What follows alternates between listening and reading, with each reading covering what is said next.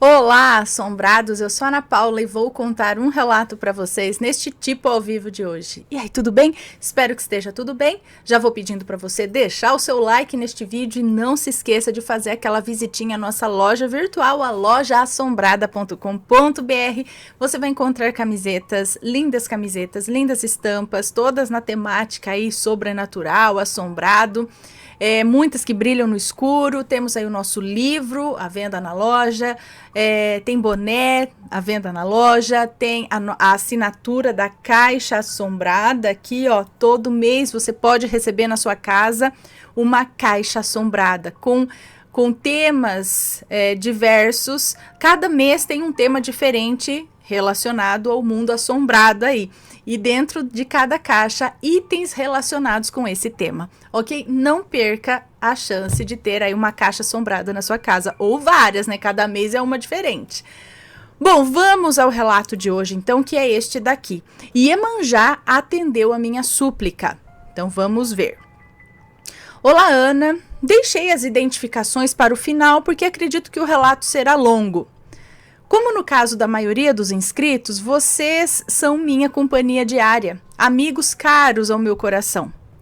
É claro que na grande maioria das vezes vocês não nos conhecem, mas ainda assim somos íntimos.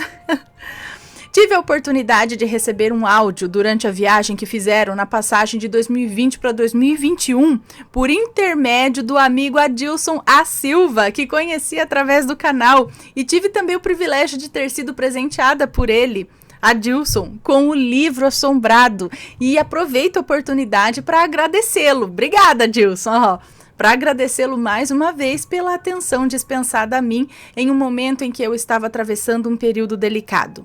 O livro me entreteu em momentos de agonia e a história de vocês é inspiradora. Recomendo. Muito obrigada. Vamos lá, vamos ao relato. Tenho 43 anos, tenho uma filha absolutamente linda e encantadora de 22 anos, fruto do meu primeiro casamento. Ela é linda por fora, mas principalmente por dentro. É estudante de psicologia, menina forte, corajosa, e os relatos do canal são motivos de longas conversas. Eu sou espírita, kardecista, mas estudo a Umbanda e tenho imenso amor e respeito pelas duas religiões.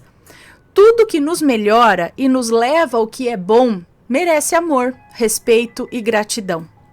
Sou casada pela segunda vez e é sobre meu atual marido, que aqui terá seu nome alterado para José, que se trata esse relato. José trabalha como vendedor em uma empresa de bebidas, conhecida mundialmente. Aquela da garrafa com um rótulo vermelho, essa mesma que vocês estão pensando. Ele trabalha de segunda a sexta em horário comercial, mas em caso de feriados nacionais que caiam nos dias de semana, a rota de trabalho é antecipada. Ou seja, trabalha no sábado para atender os comerciantes que possivelmente estarão fechados no feriado. No ano corrente, 2021, o feriado de Corpus Christi foi no dia 3 de junho. Sendo assim, José precisou antecipar a rota, tendo que trabalhar no dia 29 de maio, que foi em um sábado. Finalizando o trabalho, durante seu retorno à nossa cidade, José, que trabalha em uma CG 125, cedida pela empresa, e trafegava pela rodovia em sua mão de direção, ou seja, pista da direita, ele foi atropelado por um imbecil irresponsável que saiu de um retorno sem olhar porque estava respondendo mensagem no celular. Gente, quem ainda... Pior que tem, viu? Dirigindo e... Não é nem para falar no telefone. É perigoso. E ainda parar para... Olha, só um adendo aqui também. Vira e mexe, eu tô no carro, eu olho pro lado, ou eu vejo que o carro tá... Eu falei, mas gente, o que essa pessoa tá fazendo no carro? Porque ela não tá nem na faixa dela, nem... Ela parece que ela quer entrar, mas ela não entra. Aí eu falei, mas que pessoa tá fazendo o quê? Aí você passa, do lado você vê a pessoa tá assim no celular. Um dia a gente tava na estrada também, uma moça entrou com tudo, entrou e voltou. Falei, vai capotar. E não deu tudo bem. A hora que a gente olhou, a mocinha aqui, ó, no celular. Mas é brincadeira, né? É brincadeira. Gente, não façam isso. Não façam isso. Bom, Então, o que aconteceu? Ele estava de moto, foi atropelado pela pessoa que saiu de um retorno sem olhar, porque estava respondendo mensagem no celular. O José foi socorrido e encaminhado para atendimento no pronto-socorro da nossa cidade. José fraturou a clavícula, 4 costelas. Atenção para a informação do número de costelas quebradas, ok? 4 costelas. Fraturou o cotovelo, teve fraturas pequenas no fêmur e no joelho, todas do lado esquerdo, e fraturas pequenas também em 2 dedos do pé direito e mais todas aquelas escoriações decorrentes de acidente de moto. Ele ficou em observação no sábado, pois até então eram várias fraturas, mas os órgãos não tinham sido afetados. Passamos a noite, sim, eu também fiquei lá, com a promessa de que ele teria alta no domingo, dia 30 de maio. Mas com o passar das horas, José começou a sentir muita falta de ar. Se queixava de muitas dores. No dia 30 de maio, domingo, o ortopedista olhou os exames, fez a avaliação ortopédica e disse que José só tinha fraturado a clavícula e que estava ótimo. Assinou a alta ortopédica e pediu que esperássemos pelo clínico geral que já viria para dar a alta clínica. José ainda sentia muita falta de ar. O clínico Dr. Zeca, nomes todos trocados, ok? O clínico Dr. Zeca fez sua avaliação e disse que José não poderia receber alta, porque tinha um quadro de insuficiência respiratória possivelmente causada pelas costelas quebradas. Foi um tumulto. Tinha ou não tinha costela quebrada? Tinha sim, e não eram 4, eram 7 costelas quebradas. E uma das bonitinhas perfurou o pulmão esquerdo, causando um pneumotórax grave. Lembro aqui que nesse período estávamos no meio da pandemia. Na segunda, dia 31 de maio, José foi encaminhado para a emergência desse pronto atendimento porque a lesão do pulmão era minúscula, difícil de diagnosticar. Ele começou a inchar porque o ar não ia todo para o pulmão. Escapava pelo buraco e ia se esconder por baixo da pele, gerando um eczema subcutâneo, e seu pulmão esquerdo ficou com uma quantidade grande de líquido, precisando de um dreno. Pausa para a água. O dreno foi colocado e José teve uma pequena melhora na terça, dia 1º de junho. Mas como disse uma moça em um relato um dia desses, brasileiro não tem um minuto de paz, não é mesmo? José piorou muito. Sua pressão começou a subir, ele começou a apresentar risco de AVC e precisou ser entubado. E dessa vez, minha amiga, quem quase morreu fui eu. Quando cheguei na referida unidade de atendimento e encontrei ele com um tubo improvisado e sem sedação correta, por causa da pandemia, eles não tinham disponíveis material correto de intubação e nem o sedativo apropriado para fazer o procedimento. A unidade tem um local reservado a casos um pouco mais graves, mas o caso dele era gravíssimo. A unidade não tinha condições, não tinha mais condições de atendê-lo e não existia vaga em CTI na nossa cidade e nem em nenhuma outra região. Brasileiro não tem paz, mas nós temos Deus. Temos entidades de luz que não nos desamparam e temos anjos encarnados na terra. E o José teve o merecimento de ter seu caminho cruzado pelos 3, Deus, Iemanjá e um médico anjo. Ana, nesse momento eu preciso ressaltar que José estava com sedação de 90%, uma vez que o medicamento não atende com eficiência a esse procedimento. Ou seja, sedação de 100% de um homem adulto de 1,79 m de altura, que pesava na ocasião do acidente aproximadamente 100 quilos, ele tinha uma infecção grave no pulmão. A secreção voltava pelo tubo improvisado, ele tinha febre, ele não comia nada e pelo menos 3 dias o seu pulmão esquerdo tinha um comprometimento de 44% por causa do líquido que se formou ali. Pulmão é um órgão seco. A água compromete seu funcionamento e em casos de pneumotórax pode acarretar gangrena, levando o paciente a óbito. Voltando aqui ao Dr. Anjo, ele conseguiu com muita dificuldade uma vaga no CTI na sexta, dia 4 de junho. mas José não poderia ser removido devido à gravidade do seu estado. José fez aniversário dia 5 de junho e nesse dia eu achei que ele não fosse aguentar. No dia 6 de junho, o Dr. Anjo decidiu arriscar. Mesmo contrariando outros médicos, ele transferiu José para o hospital onde ele trabalha. Lembrando que pacientes entubados não devem ser removidos devido ao risco de morte. Olha, eu estou resumindo para não me estender muito, mas eu posso explicar com mais detalhes depois, caso queira. José chegou ao CTI do referido hospital com risco alto de AVC em razão da pressão muito alta causada pelo estresse do deslocamento, febre e muito secretivo. Deixei ele lá e voltei para casa com o coração na mão. Na segunda-feira, dia 7 de junho, durante a visita, o Dr. Anjo, que estava de plantão, me colocou a par dos acontecimentos e me relatou que José, que já estava ligado a 5 aparelhos, também precisava de noradrenalina, pois depois de conseguirem que a pressão abaixasse, ela caiu muito e não queria subir, causando agora o risco de morte também por parada cardíaca. Meu Deus! Quero ressaltar aqui que eu e Dr. Anjo somos ligados por laços familiares. Temos apenas 1 mês e 1 dia de diferença de nascidos. Temos uma ligação de afeto e confiança muito forte e eu confio no seu amor pela profissão e no respeito que dedica ao seu trabalho e aos seus pacientes. Ele é médico por amor e posso contar a vocês passagens que corroboram as minhas palavras. Bom, o Dr. Anjo me explicou que já tinham tentado tirar a noradrenalina, mas que ainda não tinham conseguido pela falta de estabilidade da pressão. Mas que ele tinha fé que antes de encerrar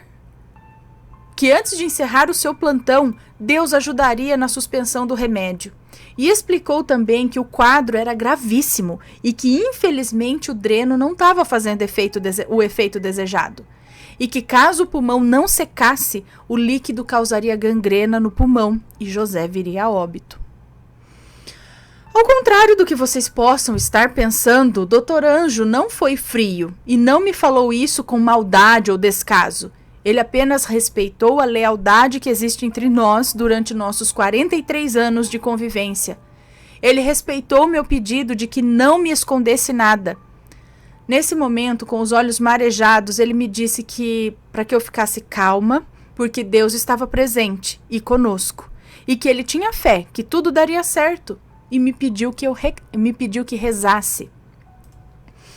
Quando fiquei sozinha de novo com José, que agora estava completamente em coma, ou seja, ele não revirava mais os olhos e não sufocava mais com a secreção que por vezes voltava no tubo, olhei para ele e vi na minha frente, em cima do leito, a imagem do mar. Na imagem parecia ser noite e por cima das águas eu a vi. Eu vi Iemanjá com os braços abertos, as mãos ao lado do seu corpo e as mãos ao lado do seu corpo, os braços abertos, as palmas viradas para mim e das mãos dela vertia água. Naquela hora eu supliquei a ela que lavasse o pulmão dele com suas mãos e com sua água sagrada, que levasse para as ondas do mar toda aquela infecção para que o dreno pudesse exercer sua função conforme era esperado. Num piscar de olhos, a imagem sumiu. O horário da visão foi numa segunda-feira, 7 de junho, às 2h45 da tarde. Guardem essa informação. Fiz o pedido, mas como a maioria dos mortais, minha fé é falha. Mesmo acreditando na vida após a morte, mesmo tendo a certeza que somos espíritos eternos e imortais, eu ainda sou egoísta. E ter a Dona Morte te rondando e fungando no cangote da gente não é uma experiência agradável. Fui para casa, chorei muito escondida e sozinha. Eu não podia me dar ao luxo de desabafar com a minha mãe, que por sinal estava de cama e tão arrasada quanto eu. Ela sofria por mim e pelo José. Sim, existem sogras boas, viu? E que querem bem aos genros e às noras. Minha filha sofria em silêncio também. Me dizia para eu ter calma e força, que tudo acabaria bem. Não mencionei antes, mas eu sou muito abençoada, pois tenho o privilégio de contar com um protetor espiritual muito presente na minha vida. E quando digo presente, é no sentido literal. Por vezes, sempre que me encontro em situações difíceis, eu esbarro nele. Sim, eu esbarro mesmo. Na noite dessa mesma segunda, por volta das 8 da noite, atenção para as datas e horários, eu estava sozinha em casa, na cozinha, fazendo uns biscoitos para passar o tempo e chorando em cima da massa, quando me virei para pegar um pano e ele, o meu protetor, estava em pé na porta. Ele me olhou com muito carinho e me disse por telepatia, com muita firmeza e amor: pare de chorar, porque ele não vai morrer. Eu me assustei e ele continuou: enxugue esse rosto, não derrame mais nenhuma lágrima, ele não vai morrer. Fale para todos e avise as irmãs dele que não chorem mais. Vai demorar um pouco, mas tudo vai passar, ele não vai morrer. Eu mais que depressa sequei meus olhos, agradeci e tratei de passar o recado. Na terça-feira, dia 8 de junho, voltei para a visita no CTI. E sempre que eu chegava lá, me aproximava do José, dando boa tarde, falando que eu já tinha chegado para ficar um pouco com ele, né? Tinha chegado para ficar um pouco com ele. E mesmo sabendo que ele não iria responder, eu perguntava se ele estava melhor e tudo mais. Feito isso, eu olhava os aparelhos, olhava as feridas do acidente, conferia a sonda nasogástrica, olhava a sonda da uretra para ver a cor do xixi. Ele tinha uma hemorragia que até hoje ninguém sabe de onde saía. Conferia os pés que estavam muito inchados e por último eu conferia o bendito do dreno. E qual foi minha surpresa? Que durante essa inspeção eu não encontrei o dreno. O dreno consiste em uma mangueira de espessura média que no caso dele foi colocado na altura do mamilo esquerdo, tendo a perfuração feita na lateral do peito. Ou seja, impossível olhar e não ver. Eu entrei em pânico, comecei a palpar o curativo, apalpei a cama, levantei os lençóis, passei o pé embaixo da cama procurando o vasilhame para onde a secreção ia. Eu entrei em desespero, achei que eu não estava enxergando. E nesse momento chegou um enfermeiro que eu não vi entrar, tamanho era o meu pânico, e ele me disse sorrindo com os olhos: eles tiraram. E eu, tiraram o dreno? Ele disse sim. E eu nessa hora pensei: meu Deus, ele tá morrendo. Não adianta mais deixar, não resolve mais. Não adianta deixar dreno, ele vai morrer.